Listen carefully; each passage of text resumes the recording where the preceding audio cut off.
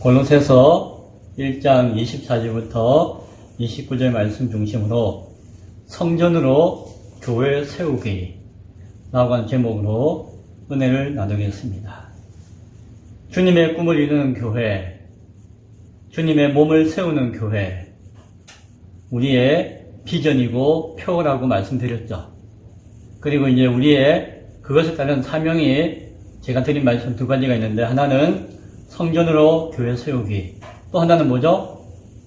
신앙으로 가정 세우기. 오늘 그 사명 가운데 성전으로 교회 세우기라고 하는 제목으로 함께 은혜를 나누겠습니다. 스키 점프대 가까운 데 있잖아요. 제가 몇 번 갔죠. 손님들 모시면은 여기에 오대산, 월정사 많지만은 거기는 잘 안 가시는 거 모르는 것 같아서 모시고 가요. 저도 같이 올라가서 보면은 여기 나도 한번 뛰어내리고 싶다 하는 마음이 들어요. 스키 타고 쫙 가가지고 뿅 하고 뛰어내리면 참 재밌겠다. 근데 무섭다. 여러 가지 생각이 들어요. 그리고 정말 여기서 뛰어내리는 꼴을, 그런 모습을 한번 직접 눈으로 보면 참 좋겠다. 그런 마음이 들었어요. 그런데 요번에 이제 청소년 올림픽이 열리잖아요. 어제 그걸 했어요. 경기를. 낮에 제가 점심 먹고 좀 귀찮은데 싶기도 하다가, 오늘 아니면 내가 언제 그걸 보겠느냐. 그렇죠. 언제 보겠어요, 거기 겨울에. 그래서 저기서 셔틀버스 타고 갔어요. 그리고 경기를 봤죠. 보고 왔어요, 낮에. 참 실감나게 보이더라고요. TV로 보는 거하고 좀 달라요. 스키 점프는 아시죠? 저 높은 데서 스키를 타고 쫙 미끄러져 내려오다가 어느 중간에서 붕 뛰어가지고 펄 날라요. 쫙 날아가지고 그 바닥에 미끄러지듯이 촥 착지하는 것이죠. 보기도 참 멋지고 그래요. 근데 제가 이걸 좀 관심을 가지게 된 것은, 이거에 대한 설명을 제가 그때 들었는데, 무섭잖아요. 두렵잖아요. 그 몇층 높은 데서 어떻게 뛰어내려요? 아무리 그리고 안전한 줄이 달려있나요? 없어요. 뛰면 끝이에요. 위험하겠죠. 그런데 선수들은, 연습한 사람들은 뛰고 안전하게 내리는 거예요. 그런데 그때 제가 무슨 생각이 딱 들었는 거 아니, 우리의 신앙이, 우리 교회의 사역이 요구하고 똑같겠구나 하는 생각이 든 거예요. 두렵기도 해요. 무섭기도 해요. 머리로 암만 굴려도 답이 안 나와요. 어떻게 거기에서 뛰어내리는데, 저 밑에 어떻게 딱 내려요? 나 같으면 뒤집어지거나 가다가 꺾거나 하겠구만. 그런데 선수는 맡긴다는 거예요. 물론 연습도 많이 하고 훈련도 많이 하고 바람이 부는지 체크하고, 어제도 바람 많이 부니까는 뛰어내린다 하다가 다시 들어가가지고 발발 떨다가 다시 바람이 좀 안정되면 뛰고 하더라고요. 그런 과정이 있지만은 뛰어내리는 그 순간은 뭐예요? 그 보이지 않는 공기에 자기 몸을 맡기는 거예요. 그리고 쫙 맡기고 훈련된 대로, 연습한 대로 균형을 잡고 그냥 서는 거예요. 아무 도구도 없지만, 그러면은 그 안에 낙하 지점에 스키를 통해 가지고, 스키가 길잖아요. 그 스키의 부드러움을 통해서 착 하고 안착하게 되는 것이. 자기가 두려워하고 하는 것들이 그냥 하면은, 맡기면은 안착하게 되는 거예요. 근데 뛰었잖아요. 뛰었는데 자기가 자기 몸을 그 보이지 않는 손에 맡기지 못하면은, 뛰는 순간에 온갖 걱정, 염려, 근심, 그리고 두려움, 그리고 어떡하나 이런 생각들을 꽉 차면 어떻게 될까요? 제대로 못 내린다는 거예요. 균형을 잃어버리고 떨어지거나 뒹굴거나 한다면. 저도 어제 한 2명 정도 뒹구는 걸 봤어요. 떨어지는 것 같은데, 떨어지는 순간 비틀비틀 하다만 툭 하니까는 그냥 떼굴떼굴 그러더라고요. 그걸 통해서, 우리의 신앙이 저런 거구나. 이 세상의 삶을 주님을 바라보면서 촥 뛰면 어떻게 해야 된다? 보이지 않지만 내 몸을 감싸주고 있는 주님 앞에 맡겨야 돼요. 두려움이 아니라 담대함으로 맡겨야 되는 거예요. 그리고 정신을 차리고 내가 해야 할 바들을 하는 것이에요.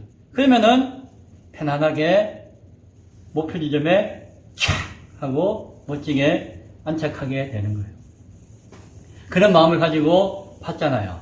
그러니까 뛰는 사람 하나하나마다 주여 아멘 감사합니다 기쁨이 되고, 나도 내 몸은 저렇게 뛰지 못한다 할지라도 제가 뛰려면은 훈련을 많이 해야 된대요. 그냥 하면 안 된대요. 가지도 못한대요. 그 위에. 그런데 내가 믿음이라고 하는 이 공간 가운데 보이지 않는 이 공기라고 하는 하나님의 품 안으로 뛰어들 때에, 내가 믿고 맡길 때에 하나님이 나를 안전하게 어디든지 멀리든지 가까이든지 착지하게 도우실 줄로 믿는 믿음이 저에게 또 굳건해지는 것 같아요. 그런 믿음이 우리 모든 교우들에게 함께 하기를 소원합니다. 내가 하는 게 아니라고 하는 것. 내가 맡기면은 그냥 그 바람이 내 몸을 떠받쳐 주는 거예요. 내 바람이. 내가 맡길 때에 그 공기가 내 몸을 떠받쳐 주는 거예요. 내가 못 맡기고 움츠러들고 하면은 그 공기가 나를 맡아주지 못하는 거예요. 하나님 앞에 뛰어드십시오. 편안하게. 그럼 하나님께서 보이지 않는 손으로 우리를 안전하게 착지하게 될 줄로 믿습니다. 그 감격이 저한테 컸나 봐요. 길게 이야기했네요. 오늘 말씀을 통해서 또한 그러한 은혜가, 그러한 깨달음이 우리 함께 고백될 수 있기를 바랍니다. 교회는 이 세상에 존재하는 것만으로도 가치가 있어요. 교회는 이 세상에 세워지는 것으로 충분한 중요한 의미가 있습니다. 교회가 있어야지 성도가 있는 것이고, 교회가 있어야지 복음 전파가 있는 것이고, 교회가 있어야지 하나님을 향한 예배와 찬양이 있는 것이에요. 교회를 떠나서는 그 어느 것 하나라도 이루어질 수가 없는 것입니다. 이 세상이 아무리 타락하였고 험하고 아무리 부족하다 할지라도 그 세상 가운데 교회가 있다면은 그 세상은 소망이 있는 것이에요. 하나님은 이 타락한 세상 가운데 소망으로 교회를 세우시는 것이죠. 교회는 예수님의 몸이다라고 이야기하잖아요. 그것은 예수님의 영과 진리와 마음이 그 교회에 담겨져 있다는 것이에요. 그것은 단순히 교회에 담겨져 있다는 것이 아니라 교회가 세워지는 이 세상을 향한 주님의 마음이 교회를 통해서 드러나기를 원하신다는 것이에요. 그래서 교회는 세상과 분리되어서 존재할 수가 있을까요? 아니에요. 교회는 이 세상 가운데 있는 것이에요. 단절될 수도 없고 분리될 수도 없는 것이에요. 왜? 예수님의 교회를 몸으로 두신 예수님의 마음이 그 세상 가운데 있기 때문에 교회는 세상 가운데 있는 것이에요.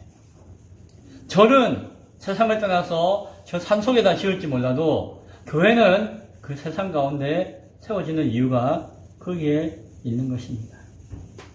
마태복음 5장에 보면은 예수님이 이런 말씀하셨어요. 너희는 세상의 소금이다. 소금이 그 맛을 잃으면 무엇으로 짜게 하리요? 아무 쓸데없어 다만 밖에 버려져 밟힐 뿐이다. 너희는 세상의 빛이다. 빛이 그 동네에 쫙 비춰지지 않으면은 무슨 소용이 있겠느냐. 그래서 빛은 저 말 밑에나 어디 밑에 숨겨놓는 것이 아니라 동산 위에, 동네 위에 탁 세워서 비추게 하는 것이다. 그 땅 가운데 세워주는 것이다. 이런 이야기를 하셨어요. 그래서 너희가 사람 앞에 비치게 하여 그들로 세상으로 하여금 너희의 착한 행실을 보고 하늘에 계신 너희 아버지께 영광을 돌리게 하라라고 합니다. 교회는 여기서 너희는이라고 할 때 너희가 누구예요? 교회예요, 교회. 교회는 세상의 소금이고 빛이라는 것이. 세상에서 맛을 내고 세상에서 역할을 하라는 것이에요. 세상의 빛으로 비추라는 것이에요. 어디 숨겨놓지 말고 세상 가운데서 세상을 비추라는 것이에요. 그것을 통해서 그 맛을 내는 것, 빛을 비추는 것이 선한 행실인데, 선하다는 것은 하나님의 뜻에 합당한 행실인데, 그것을 통해서 하나님께 영광을 돌리게 하라라고 예수님께서 말씀하셨어요. 이 말씀이 누구에게 주신 말씀이다? 교회를 향한 말씀이에요. 이 말씀 하시는 순간에는 아직 교회가 세워지지 않았지만, 교회를 바라보며 교회를 세우기를 권면하는, 위임하는 그 제자들을 향해서 주신 말씀이었어요. 주님의 선하신 뜻을 드러내므로 하나님의 영광을 올려드릴 수 있는 사명, 그것이 교회의 존재의 의미인 것을 우리가 생각하게 되어집니다. 그래서 교회를 세우는 목적은 세상 가운데 있는 것이에요. 그래서 그 세상을 바꾸고 그 세상에서 온전하게 존재함으로 말미암아 그 세상에 영향을 주는, 소금으로 빛으로 영향을 주는 존재가 교회의 존재 의미이고 사명이고 세우는 목적이에요. 소금의 역할을 한다, 빛을 비춘다라고 하는 것이 뭐 여러 가지 의미가 있고 여러 가지 일을 포함할 수 있겠지만, 우리가 늘 이야기하듯이 연약하고 약하고 가난하고 병들고 우리 같은 자들, 우리가 힘든 자들을 섬기고 돕고 함께하고 도와주는 일이 누가 해야 되는 것이다? 교회가 해야 되는 것이다. 그 안에 복음이 전해지는 것이다. 그런 것도 사명도 모른 체하고 예수 믿어라고 하는 거, 물론 진리를 전하는 것이고 귀한 사명이지만 거기에는 능력이 온전치 못할 수 있다는 거지. 그래서 우리는 세상에 교회가 되어야 되는 것이. 교회를 세운다는 것은 어떤 건물을 세우고 어떤 조직을 만드는 것이 아니라, 그러한 예수님의 뜻과 사명을 아는 사람이 세상에서 그 뜻대로 살아가는 것이 뭐다? 교회를 세우는 것이에요. 그래서 우리 하나하나가 교회가 되는 것이에요. 어디에서요? 세상에서. 믿지 않는 자식들 그 안에서 내가 하나님의 뜻 가운데 존재하는 것이 뭐다? 그 세상 가운데 내가 교회가 되는 것이에요. 이 진부 땅에 기쁨의 교회라는 교회가 세워지는 것, 그것은 무엇을 의미하는 것인가 하니, 기쁨의 교회에 속해 있는 여러분 한 사람 한 사람이 우리가 이 동네 안에서 예수님의 그 빛과 소금으로서의 사명을 삶으로서 나타내는 것을 위해서 이 교회가 세워지는 것입니다. 그것이 예수님의 꿈이었어요. 교회를 향한 예수님의 비전이었어요. 교회가 새롭게 되어야 합니다. 오늘날 교회가 개혁되어야 합니다. 이런 이야기를 많이 해요. 그러나 그 핵심은 무엇일까요? 내가 세상에서 교회가 되는 것이에요. 내가 각자가 세상에서 교회로서의 의미를 가지고 사는 것이에요. 교회를 그냥 다니는 것이 아니라 교회를 세우는 것이 우리의 사명이고, 교회를 세운다는 것은 건물과 조직을 세우는 것이 아니라 그 안에서 우리의 사명을 온전히 새롭게 하고 살아가는 것입니다. 거기에는 도전이 필요하고 헌신과 수고가 필요한 것입니다.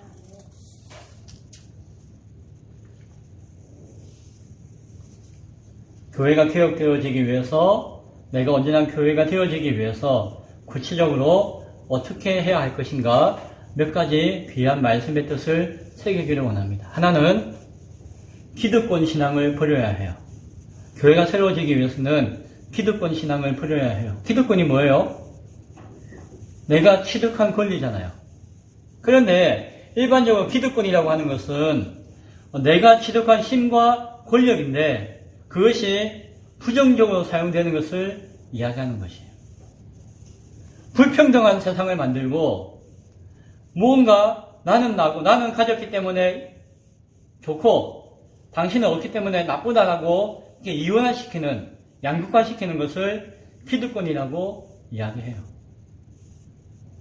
교회 안에도 이런 것이 있다 없다? 있을 수가 있다는 것이.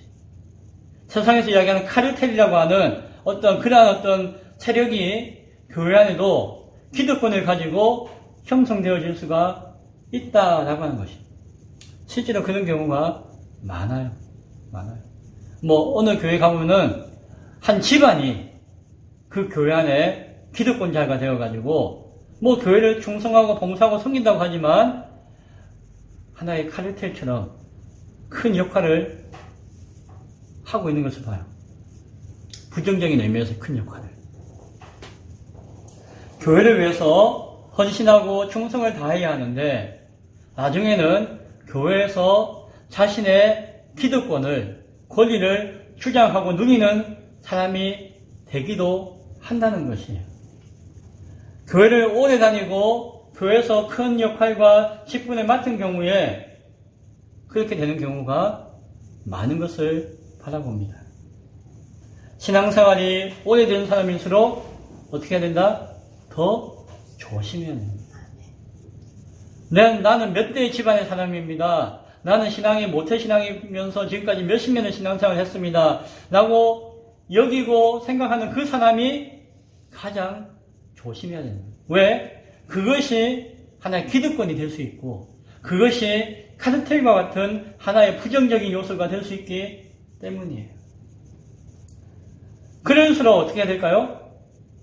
처음 예수님 만났을 때의 감격과 은혜를 회복하고 붙들어야 하는 것이에요. 내가 아무것도 없었을 때에, 내가 아무런 권리도 없었을 때에, 내가 아무것도 주장할 수 없었을 때에, 나에게 아무런 배경도 없었을 때에, 그럼에도 불구하고 나와 함께 하시고 나를 붙들어 주신 주님을 바라볼 수가 있어야 하는 것이에요. 오늘 본문 24절에 나는 이제 너희를 위하여 받는 괴로움을 기뻐하고 그리스도의 남은 고난을 그의 몸된 교회를 위하여 내 육체에 채우노라. 고린도서 말씀을, 옥중서신 말씀을 작년 가을에 나누었어요. 그때는 속죄 이후에 화목이라고 하는 관점에서 말씀을 쭉 나누었었어요. 그런 주제를 가지고 말씀을 나누었었어요. 오늘은 같은 본문이지만 교회를 바라보면서 이 말씀을 다시 한번 더 생각하는 것이, 대접받는, 위로받는, 교회에서 내가 존중받는, 그래서 내가 뭔가 기쁨으로 채워지는 그런 존재로서 자신이 서기를 원하지 않았다는 것이. 바울은 괴로움을 주를 위해 받게 된다 할지라도, 교회를 통해서 내가 아무런 위로가 없다 할지라도 나는 교회를 위해서 헌신하고 수고하며 예수 그리스도를 통해서 그 그리스도의 고난을 내 육체에 채우겠다라고 말씀하는 것이. 무엇을 위해서? 교회를 위해서.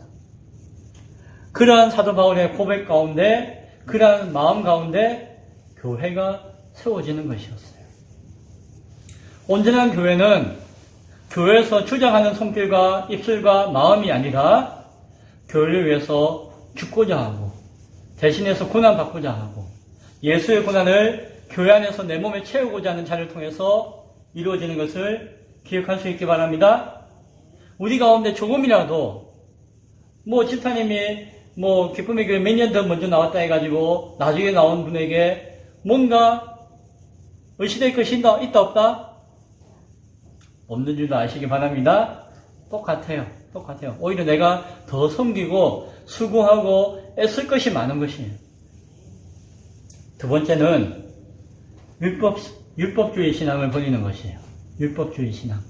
율법은 하나님 말씀이에요.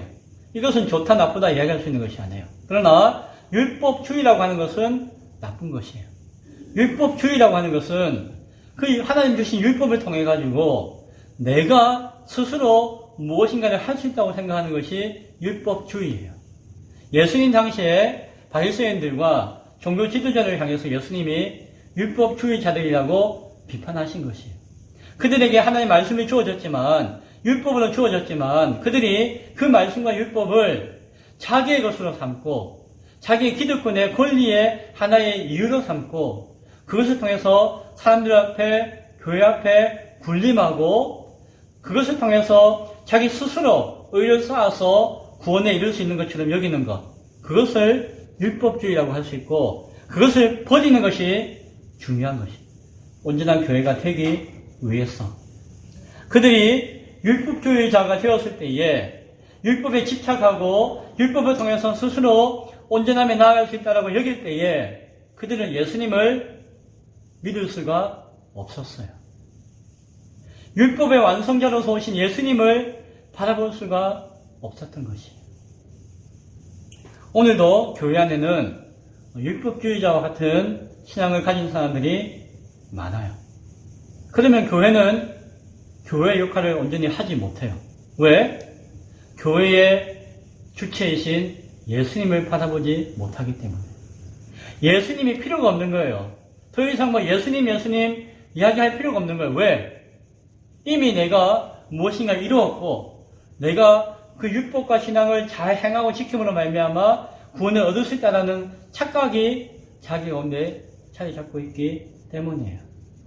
때로는 단순히 율법이 아니라 신학과 교리도 그런 모습으로 와요. 이거는 교리적으로 옳다. 이것은 틀렸다. 이것은 바른 신학이다. 이것은 뭔가 잘못된 신학이다. 물론 그것을 구분하고 분별해가지고 바르게 하는 것이 중요하지만 교리와 신학이 옳다 나쁘다가 아니라 무엇이다? 교리주의, 신학주의와 같이 그것이 자기 의가 되어서 자기 스스로 뭔가 할 수 있다고 생각하는 그것이 되면은 교리를 강조하고 신학을 강조하는 것이 또 하나의 율법주의가 된다는 것이. 오늘날 교회 가운데 그런 모습이 많이 있는 것을 봐요. 그래서 그 결과 어떻게 되죠? 분쟁하고 싸우는 것이에요. 분열되는 것이에요. 율법을 지켜서 많은 바른 교리를 지켜서 바른 신학을 내세우므로 말미암아 스스로 우월해진다고 여기는 그 순간 그것은 온전한 하나님 뜻도 아니고 온전한 교회를 세우는 모습도 아니라고 하는 것이에요. 우리의 신앙은 우리의 구원은 오로지 하나님의 은혜예요. 우리가 신학을 바르게 잘 세우고 우리가 교리를 온전히 잘 알고 우리가 행동을 많이 한다 해서 그것이 우리의 구원을 가져다 주는 것이 아니라 하나님의 은혜예요. 그 은혜 가운데 우리가 그것을 지키고 전하기 위해서 몸부림치는 것이 바른 신학을 하고 교리를 세우고 삶을 살아가는 것이지 그것이 우리가 스스로 구원에 이르도록 하는 조건이나 수단이 되는 것이 아니라고 하는 것이에요. 이러한 것들을 율법주의라고 하는 것이고 그러한 신앙을 율법주의 신앙이라고 할 때에 이것을 버려야 한다는 것이죠. 예수 그리스도만이 우리 구원의 비밀이에요. 26절에 이 비밀은 만세와 만대로부터 감추어졌던 것인데 이제는 그의 성도들에게 나타났고 하나님이 그들로 하여금 이 비밀의 영광이 이방인 가운데 얼마나 풍성한지를 알게 하려 하심이라. 이 비밀은 너희 안에 계신 그리스도시니 곧 영광의 소망이니라. 우리를 구원하게 하시는 것, 교회를 교회되게 하는 것, 교회가 온전히 세워지게 하는 그 비밀은 예수 그리스도라는 것이에요. 세상의 지혜와 세상의 가치와 세상의 노력과 세상의 정성이 아니라고 하는 것을 기억할 수 있기를 바랍니다. 율법주의자가 되어서 다른 사람 눈에 있는 티끌은 보고 자기 눈에 있는 이 들보는 보지 못하는 그러한 자가 되었으면 안 된다라고 예수님은 말씀하셨어요. 율법은 은혜를 깨닫는 도구이지 이 비밀이 되시는 예수 그리스도를 통해서 은혜를 받는 도구이지 사람을 미워하고 정죄하고 심판하는 도구가 아니라는 것이에요. 우리는 그런 자격이 없는 것이죠. 고난과 박해가 온다 할지라도 시련과 어려움이 온다 할지라도 바울이 그 가운데 내 몸에 채운다라고 고백하듯이 날마다 자신을 내려놓고 깨고 부수는 훈련이 교회를 교회되게 하고 내가 세상 가운데 교회로 세워지는 모습인 것을 기억할 수 있기 바랍니다. 세 번째는 성령으로 우리의 신앙을 맡기는 것이에요. 성령님께 우리의 모든 것을 맡기는 것이에요.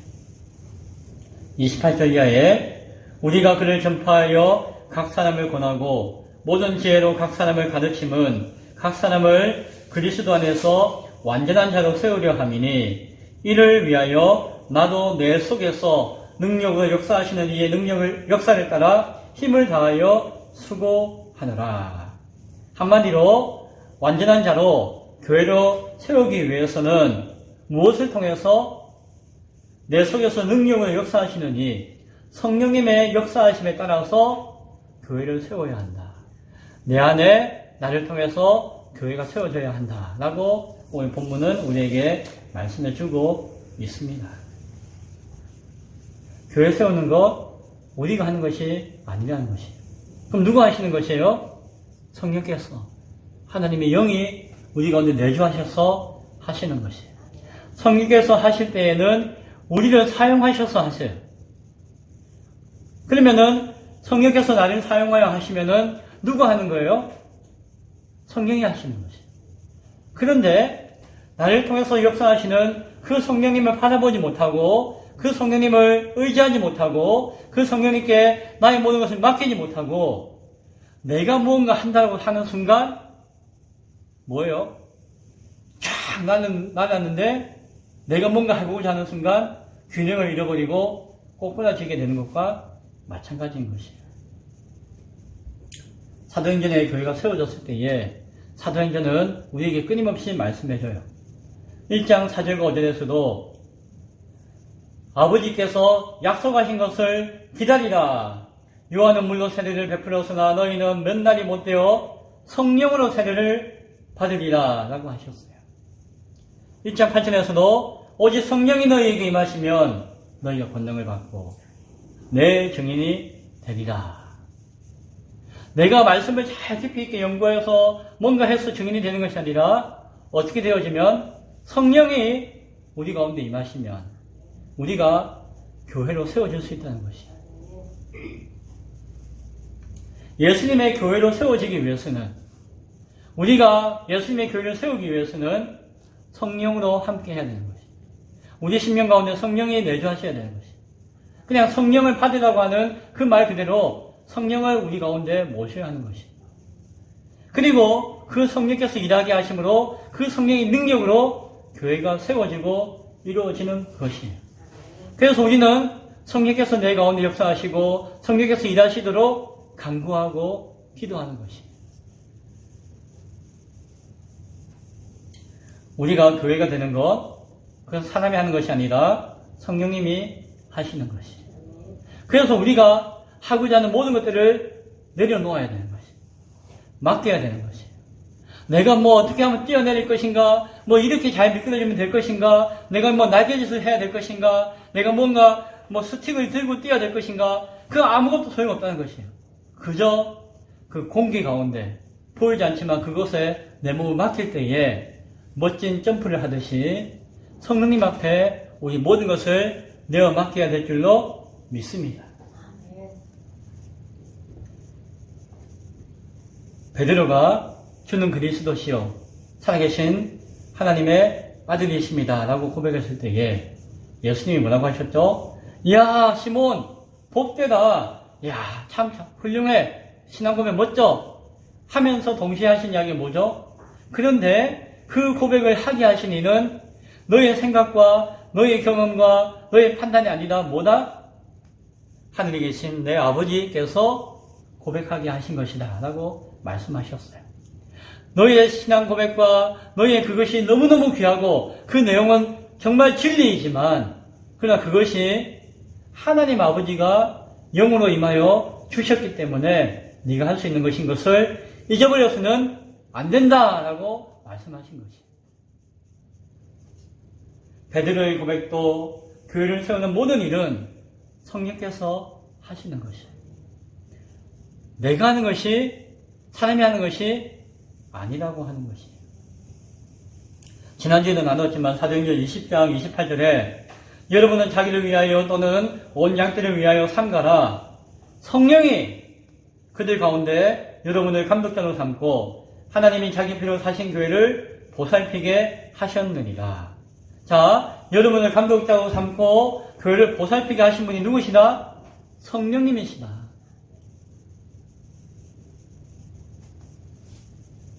교회를 세울 때에 눈에 보이는 교회를 세운다고 여기기 때문에 건물을 얻고 기구를 드리고 그것을 통해서 교회를 세운다라고 생각하게 되어지는 것이고, 그러면은 돈이 없으면은 교회를 세울 수가 없고, 공간이나 건물이 없으면은 교회를 세울 수가 없고, 사람이 많이 없으면은 교회를 세울 수가 없다라고 생각하는 것이죠. 과연 그렇나요? 그렇지 않아요. 성령께서 하시는 것이에요. 돈으로 세우는 것이 아니에요. 건물로 세우는 것이 아니에요. 사람으로 세우는 것이 아니에요. 교회가 왜 늘 서로 아웅다웅하고 싸우고 다투고 나눠지고 쪼개지고 하나요? 사람의 힘으로 교회를 세우고 사람의 힘으로 교회를 유지한다고 생각하기 때문이에요. 성령이 행하지 않기 때문이에요. 성령님께 맡기지 않기 때문이에요. 이것은 아주 쉽고 당연한 것인 것 같지만은 정작 어렵고 힘든 것이에요. 성령님께 맡김으로 교회를 세우고 맡김으로 교회를 이끄는 거 당연한 것 같지만 실제 교회를 바라보면은 그런 경우가 쉽지 않아요. 우리 기억해야 됩니다. 성령님께 맡기는 것이에요. 고린도전서 12장 11절에 이 모든 일은 같은 한 성령이 행하사 그의 뜻대로 각 사람에게 나눠주는 것이니, 에베소서 4장 3절 평안에 맺는 줄로 성령이 하나 되게 하신 것을 힘써 지키라. 하나 된다는 것은 교회 세우는 것이라고 이야기했죠. 누가 하시는 것이에요? 성령님이 하게 하시죠.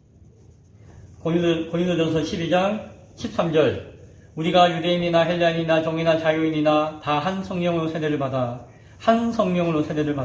한 몸 교회가 되었고 다 한 성령을 마시게 하셨느니라. 한 성령으로 우리가 한 몸 교회가 됐다는 것이죠. 교회는 성령으로 세워진다는 것이죠. 그리고 그 성령으로 마시게 하셨다는 거예요. 그 성령으로 충만하고 그 성령의 능력에 의지하고 그 성령님께 우리가 온전히 맡겨드릴 때에 교회가 교회되어진다는 것이에요. 성령님을 앞세울 수 있는 교회가 될 수 있기 바랍니다. 그러면은 성령님께서 역사하시고 이끄시는 것이죠. 말씀을 마칩니다. 기득권을 버리는 신앙, 율법주의의 신앙을 버리는 것, 이것은 결국 성령님께 맡기는 것을 의미하는 것이에요. 진정한 교회 개혁과 진정한 참된 소망되어지는 교회를 세우는 것, 그것은 성령님께 맡기는 것이에요. 그리고 그러할 때에 성령과 하나 되어진 모두 한 사람 한 사람이 교회 세우는 일에 참여하게 되는 것이에요. 내 생명을, 나의 모든 것을 들여 교회를 세우게 되는 것이에요. 2024년도 우리 안에 성령께서 역사하시고 성령으로 충만하여서 성령이 거하시는 성전, 그 성전으로서 교회를 세우는 우리의 목표와 우리의 사명이 이루어질 수 있기를 간절히 축원드립니다. 기도하겠습니다.